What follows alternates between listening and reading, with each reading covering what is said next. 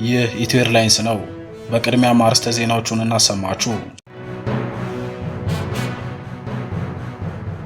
የፋኖ ኃይሎች አዲስ ኃይል አቋቋሙ። የፋኖ ኃይሎቹ ያደራጁት አዲሱ ኃይል የታጠቀ እንደሆነና የመንግስት ኃይሎችን ለማጥቃት እንደተቋቋመ ተገልጿል። ይህ በእንዲህ እንዳለ አሁንም በክልሉ የሚደረጉ ውጊያዎችና ድንገተኛ ጥቃቶች ተጠናክረው መቀጠላቸው የተገለጸ ሲሆን በወታደራዊ ተሽከርካሪ ላይ በተፈጸመ የደፈጣ ጥቃት ከባድ ሰብአዊ፣ ቁሳዊና ወታደራዊ ኪሳራ መድረሱ ተነግሯል። የፋኖ ኃይሎች ስብሰባ ለማድረግ ወደ ወታደራዊ ካምፕ ሲያቀኑ በነበሩ የብልጽግና ከፍተኛ ባለስልጣናት ላይ ድንገተኛ ጥቃት በመፈጸማቸው ከባድ ውጊያ መቀስቀሱም ተገልጿል። ዝርዝሩን ይዘናል።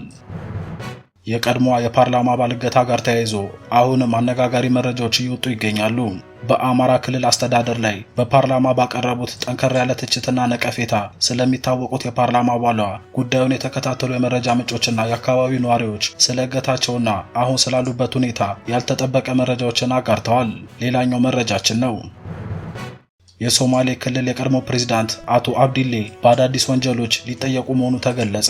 የቀድሞ ፕሬዝዳንት በ8 ዓመት የስልጣን ዘመናቸው በተፈጸሙ ከ57000 በላይ የተለያዩ ወንጀሎች ላይ ምርመራ የተደረገባቸው ሲሆን በጅምላ ጭፍጨፋና ግድያ፣ አስገድዶ መድፈር፣ ህገወጥ እስርና ስቃይ መፈጸም የሚሉት ደግሞ በምርመራ ፋይላቸው ውስጥ ተካተው ለአቃቤ ሕግ እንደተላለፉ ተገልጿል። ሰላም ውድና የተከበራችሁ የቻናላችን ተከታታዮች፣ በዕለቱ የተሰሙትን እነዚህንና ሌሎች መረጃዎችን አካተን ይዘን ቀርበናል። እስከ ፍጻሜው አብራችሁን ቆዩ። ቪዲዮን ላይክ እና ሼር፣ ቻናሉን ሰብስክራይብ እና የደወል ምልክቷን በመጫን ትኩስና አዳዲስ መረጃዎችን ያገኙ እያልን ወደ ዝርዝሩ አለፍን።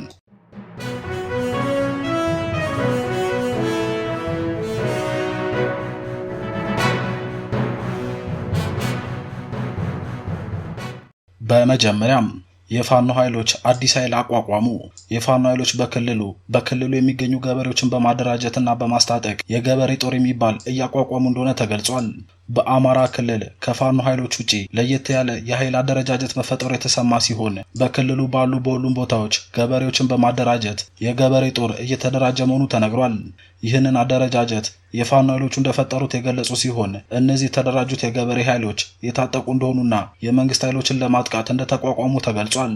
እነዚህ የተደራጁት የገበሬ ኃይሎች ባሉባቸው አካባቢዎች ተደራጅተው አካባቢያቸውን መጠበቅ ዋነኛ ዓላማቸው ነው ያሉት የፋኖ ኃይሎች ከዚያ ባለፈ ወደ አካባቢያቸው በመሄድ ጥቃትና ውጊያ የሚከፍት የመንግስት ኃይል ካለ ግን እነሱን በመዋጋት አካባቢያቸውን ይጠብቃሉ ሲሉ አስረድተዋል። ይህ በእንዲህ እንዳለ አሁንም በክልሉ የሚደረጉ ውጊያዎችና ድንገተኛ ጥቃቶች ተጠናክረው መቀጠላቸው ተገልጿል። በሰሜን ወሎ ላስታ በቡግና ወረዳ በተፈጸመ የደፈጣ ጥቃት እንቅስቃሴ ላይ በነበሩ ወታደራዊ ተሽከርካሪዎች ከባድ ወታደራዊ ኪሳራ መድረሱ ተነግሯል።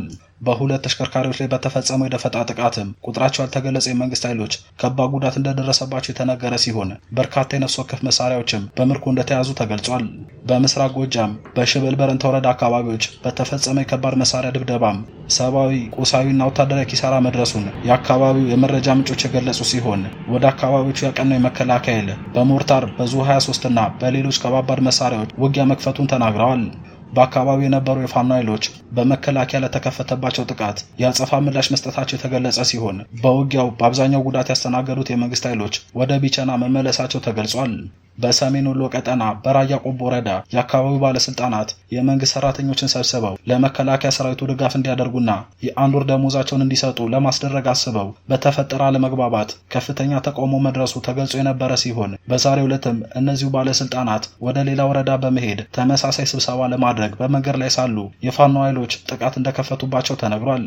ይህ መረጃ እስከተጠናከረበት ሰዓት ድረስም በራያ ቆቦ ወረዳ ጥቃቱን ተከትሎ የተከፈተው ውጊያ አሁንም መቀጠሉ የተሰማ ሲሆን አስቀድመው ለስብሰባው ወታደራዊ ካምፕ የተገኙት የብልጽግና ከፍተኛ አመራሮች በዛው በካምፕ ውስጥ እንዲቆዩ እንደተነገራቸው ተገልጿል።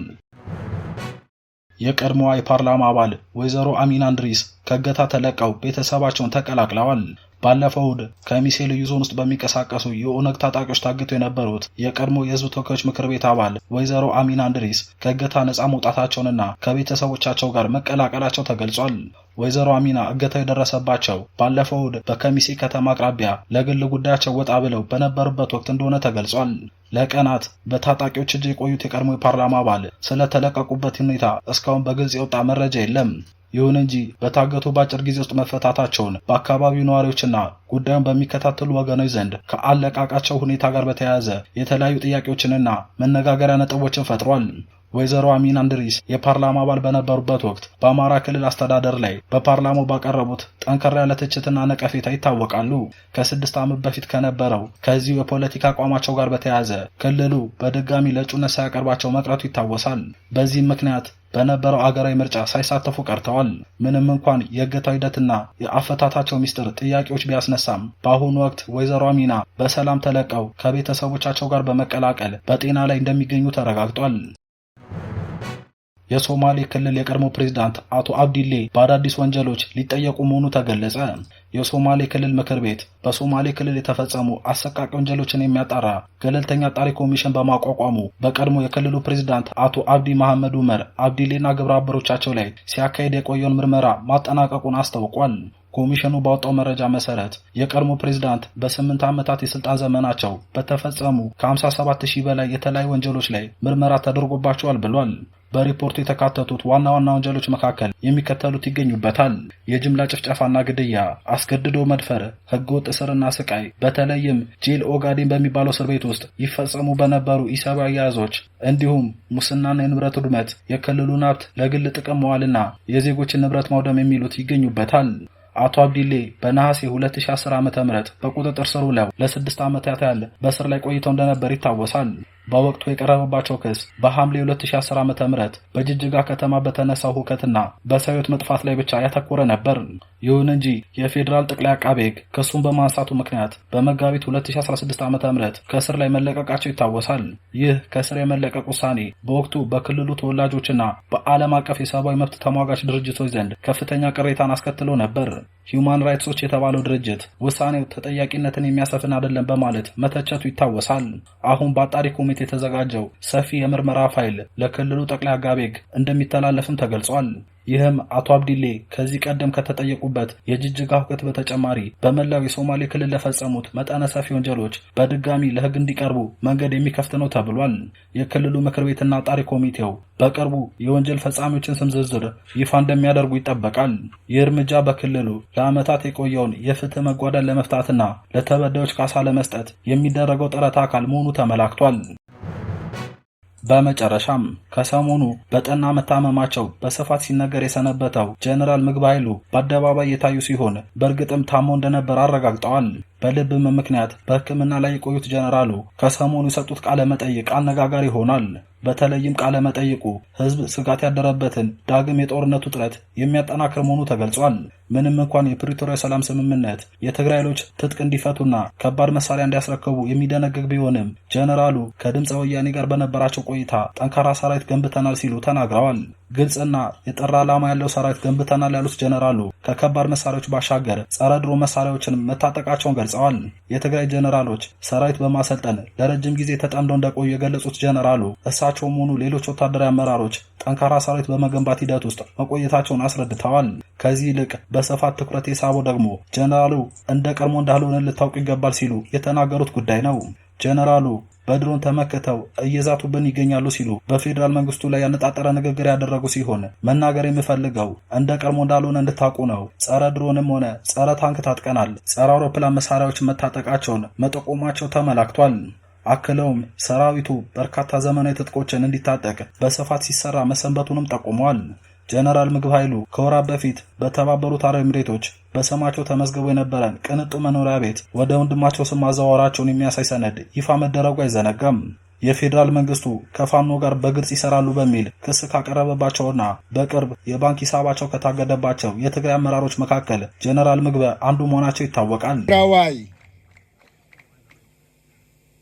ምስ ክብሩን መንነቱን ዝኸይድ ሓወልቲ ፊት ኮይና ኢና እንዘራረብ ዘለና ንመብዛሕትኦም ተጋሩ እምነቶም ዝገልጽሉ ኣብ ማርያም ጽዮን ፊት ኮይና ኢና ንዘራረብ ዘለና። ማርያም ጽዮን ማለት ንክርስቲያን ኣመንቲ ንተጋሩ ጥራሕ ኣይኮነን፣ ንብሙልኦም ኣብ ሰሜን ከባቢ ዘሎ ይኹን ኣብ ኢትዮጵያ መሰረት እዩ፣ ዝዓድስ እዩ። ኣኽሱም ጽዮን እንተይልና ንሙስሊም ኣሕዋትና ከዓ ኣልነጋሽ እውን ማለትና እዩ እዚ ከይረሳዕና ኢና ንዘራረብ ዘለና ኣብ ፊት ኣኽሱም ሓወልቲ ኮይንካ ምውሳን ትርጉም ዓብዪ እዩ ከምቲ ዓንቶ ኣብ ውሳነ ይኹን ቅድሚ ውሳነ መእተዊ ሕዋተይ ዝገለጽዎ ኣኽሱም እንተይልና መንነት ተጋርዩ ታሪክ ተጋርዩ ቋንቋን ባህልን ታሪክናን መንነትናን እና ክብርታትናን መበገሲኡ ማእኸሉ ኣኽሱም እዩ ኣኽሱም ኢልና ጎበታት ዓድዋ ንብል ኣኽሱም ኢልና ቆላን ደጓዓን ተንቤን ንብል ኣኽሱም ኢልና ሽረ ንብል ኣኽሱም ኢልና ወልቃይት ንብል ኣኽሱም ኢልና ሰብዓ እንደርታ ንብል ኣኽሱም ኢልና ደጓዓን ቆላን ራያን ንብል ኣኽሱም ኢልና ዓጋመ ወልዋሎ ንብል ኣኽሱም ኢልና ገረዓልቲ ዓዲ ኣጋዝያን ንብል መበገስ ናይ ኩሎም ቋንቋ ባህሊ ታሪክ መንነት ምስ ሓወልቲ እዚ ዝተሓዝ ክቡራን ተመልካቾች ለአሁን ያዘጋጀናቸው መረጃዎች በዚህ ያበቁ። ሀሳብ አስተያየቶን ኮሜንት ላይ በመጻፍ ያጋሩን። ቪዲዮ ላይክ እና ሼር፣ ቻናሉ ሰብስክራይብ እና የደወል ምልክቷን በመጫን ትኩስና አዳዲስ መረጃዎችን ያገኙ እያልን ተሰናበትን።